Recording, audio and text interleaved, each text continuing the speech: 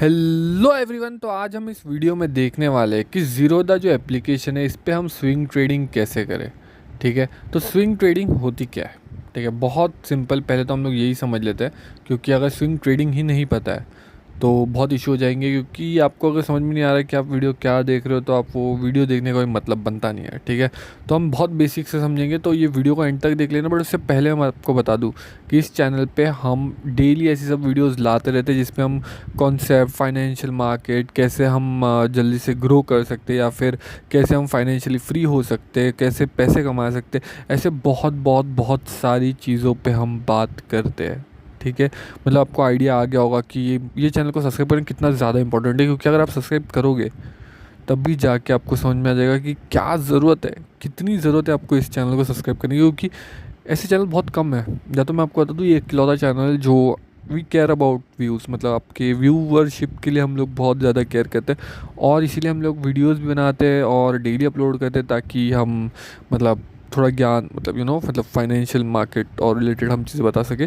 तो चलो, अभी बहुत बहुत हमने टाइम पास कर लिया। तो सबसे पहले तो चैनल को, जैसे मैंने आपको बताया, कि सब्सक्राइब कर लो और बेल आइकॉन एक बार ऑन कर ज़रूर कर देना, ताकि आपको बेटर आइडिया मिले। तो चलो, स्विंग ट्रेडिंग होता क्या है? ठीक है, तो स्विंग ट्रेडिंग समझो कोई चीज़ है, या फिर कोई एक समझो स्टॉक है जो मैंने लिया है 100 रुपये पे।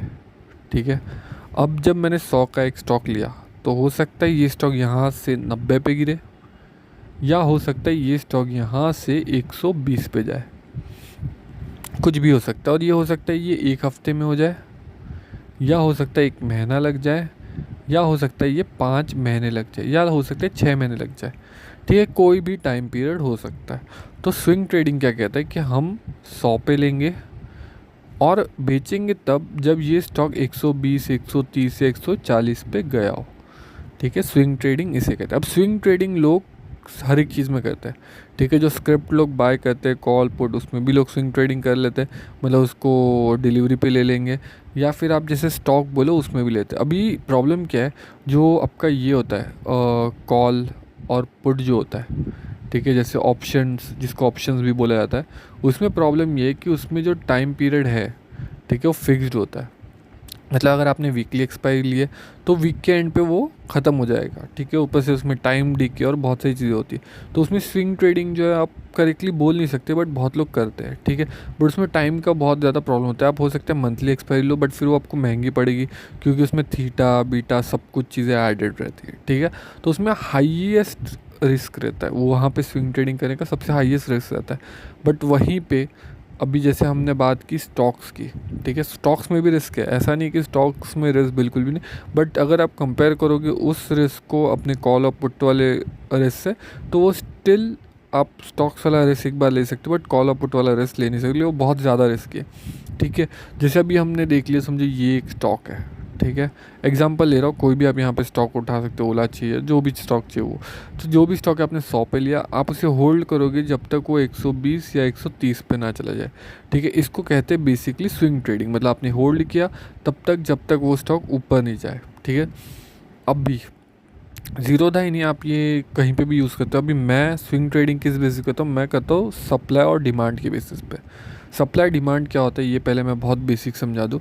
अभी देखो, कोई भी एक छोटी सी चीज़ उठा लो, जैसे समझो मैंगो आ गए, ठीक है, या कांदा आ गया, जो भी चीज़ है, आप एक चीज़ उठा लो। वो चीज़ की प्राइस सबके दिमाग में है। जैसे समझो मैंगो है, ठीक है, सबको पता है एक मैंगो 50 रुपये का है, एग्जाम्पल दे रहा हूँ। ठीक है, तो समझो जैसे समर का सीज़न है, और समर के सीज़न में मैंगो की प्राइस चलेगी 80 या फिर 100 हो गई। ठीक है, तब क्या होगा, तब लोग मैंगो लेंगे, बट वही लोग होंगे जिनके पास बहुत ज़्यादा पैसा है, उनको, जिनको पता है कि इसकी प्राइस 50 है, बट डिमांड ज़्यादा होने के कारण ये प्राइस ऊपर गई है। तो लोग, जिनके पास पैसा है वो तो लेंगे, बट जिनके पास पैसा, मतलब सोच समझ के एनालाइज करने वाले जो लोग हैं, वो लोग नहीं लेंगे। वो लोग क्या वेट करेंगे कि हम जब 50 या 60 या फिर 55 के आसपास आएगा, हम तब लेंगे। ठीक है, तो ये क्या है, यहाँ पे है डिमांड। मतलब जो 50 जो वैल्यू है वो समझो डिमांड है, मतलब वो एक थ्रेशोल्ड है, या बोल सकते हो एक लिमिट है, जहाँ पे जैसे ही वो स्टॉक आएगा वैसे ही वहाँ पे उसकी डिमांड बढ़ जाएगी, और जैसे ही डिमांड बढ़ती है तब क्या होता है, प्राइस वापस शूटअप होता है। ठीक है, जहाँ पे डिमांड है वहाँ से प्राइस शूटअप होगा।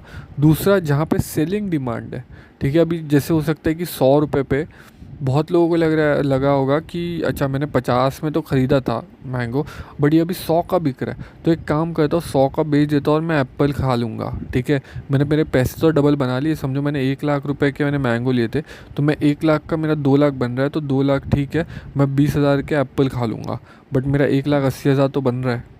ठीक है, तो बहुत लोग ये क्या सोचेंगे कि 100 रुपये बहुत ज़्यादा हो गया। तो यहाँ पे क्या हो जाता है, ये हो जाता है आपका रेजिस्टेंस।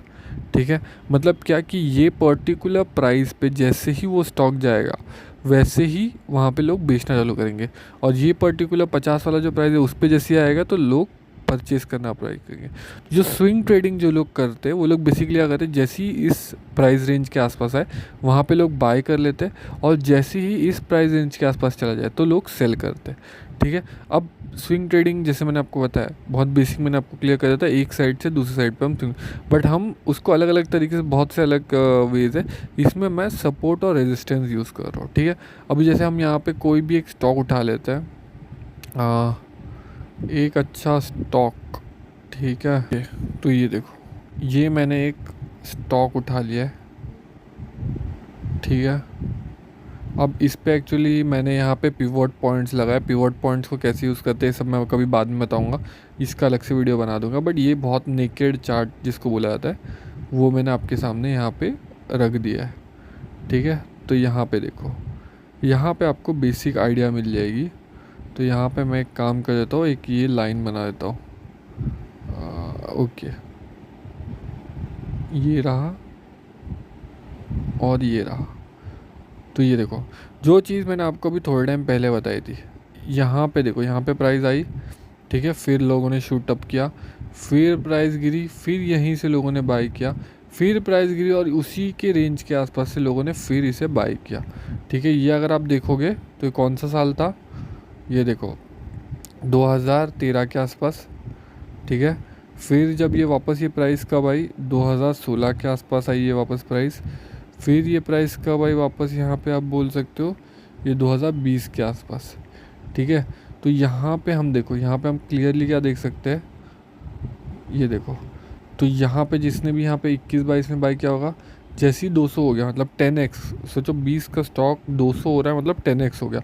उसने पहले यहाँ पे देखा था कि यहाँ पे बहुत अच्छा खासा रेजिस्टेंस है, तो उसने क्या किया होगा, यहाँ पे सेल कर दिया होगा। ठीक है, वापस ये स्टॉक गिरा, वापस जो लोग स्विंग ट्रेडिंग करते हैं उन्होंने क्या किया होगा कि यहाँ पे उन्होंने वापस 50 पे बाइंग की होगी और यहाँ पे सेल किया होगा। बट इस बार क्या हो गया, इसने ये वाला जो है ब्रेक कर दिया। ब्रेक क्यों किया, क्योंकि वो स्टॉक की अर्निंग बढ़ गई होगी या तो फिर वो स्टॉक का ग्रोथ बढ़ गया होगा, इसीलिए नेक्स्ट टाइम जब वो ये प्राइस पे है तब वहाँ पे रुका नहीं, उसने इसको ब्रेक कर दिया। और जब उसको ब्रेक कर दिया तो क्या होता है, जब जो पुराना वाला आपका रेजिस्टेंस होता है, ठीक है, वो बन जाता है आपका सपोर्ट। तो जो यहाँ पे रेजिस्टेंस था, ठीक है, ये देखो प्राइस यहाँ से 200 से 400 गई, 400 से जब ये वापस नीचे आई तो ये उसी रेजिस्टेंस के आसपास आई, फिर ये वापस शूट अप हो गई। ठीक है, शूट अप होने के अलग अलग रीज़न होते हैं, हो सकता है उसकी अर्निंग ग्रो हुई हो, प्रॉफिट ग्रो हुए, तो उसके कारण ये यहाँ से शूट अप हो गई।